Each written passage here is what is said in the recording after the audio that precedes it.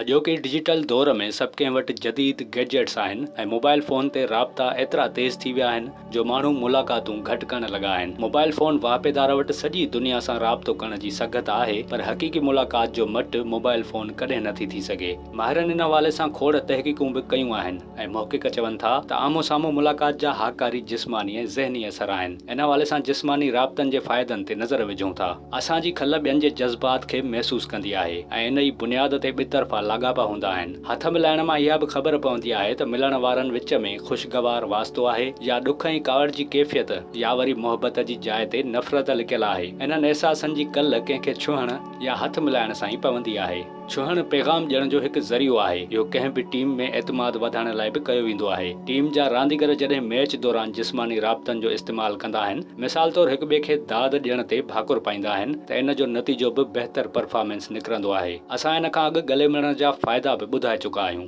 भाकुर पाइण मोहबत, मदद या सहारे जो इज़हार आहे ऐं इहो ज़हनी दबाव खे घटाए थो। अंदरूनी मूंझारनि ऐं परेशानियुनि में घटिताई लाइ भाकुर पाए मिलणु फ़ाइदेमंद सम्झियो वेंदो आहे। हिक तहक़ीक़ मूजिबि जेकॾहिं ज़हनी दबाव जे शिकार माण्हुनि खे भाकुर पाइजे त संदन सॼे ॾींहं जो मिज़ाज बहितर थी सघे थो। भाकुर पाइण जे हिक अंदाज़ खे जादू की झपी बि चवनि था। सिंधीअ में चइजे त इहो सिक मां भाकुर पाइण थींदो। इहो वाक़ई जादुई अहसासु आहे। हथ में हथ पकड़ण ऐं जज़्बाती वेझड़ाईअ सां दिलि जी मज़बूती ऐं ब्लड प्रेशर जे निज़ाम में बहितरी ईंदी आहे। हाकारी जिस्मानी राब्ता दिलि जी धड़कन खे बि हमवार रखण में मददगार हूंदा आहिनि ऐं इहे ज़हनी दबाव घटाइनि था। माण्हू जॾहिं थका टुटरा घर वेंदा आहिनि त ज़ोर ॾियारींदा आहिनि। यकीनन ज़ोर ॾियारण सां थक लहंदो आहे ऐं आराम मिलंदो आहे। अहिड़ा मसाज ऐं थेरापी सेंटर बि आहिनि जिते माहिर थेरापिस्ट मसाज करण या सिंधीअ में चइजे त ज़ोर ॾियण लाइ मौजूदु हूंदा आहिनि। ड्यूक मेडिकल यूनिवर्सिटी सेंटर जे मुहक़िक़नि मूजिबि सॼे जिस्म जो मसाज सूर घटाए थो ऐं जिस्मानी हरकत ऐं चुरपुर में वाध करे थो। मसाज सां जोड़नि जी सोज जे मरीज़ खे बहितरी महसूस थींदी आहे। थेरापी लाइ इस्तेमालु थींदड़ हथ केतिरनि ई क़िस्मनि जे ज़हनी ऐं जिस्मानी स्ट्रेस मां छुटकारो ॾियारनि था। मसाज मां लतीफ़ अहसास बि उभरंदा आहिनि। सिंध में जॾहिं किथे ॿार पैदा थींदो आहे त उनखे आढ ॾिनी वेंदी आहे या मालिश कई वेंदी आहे।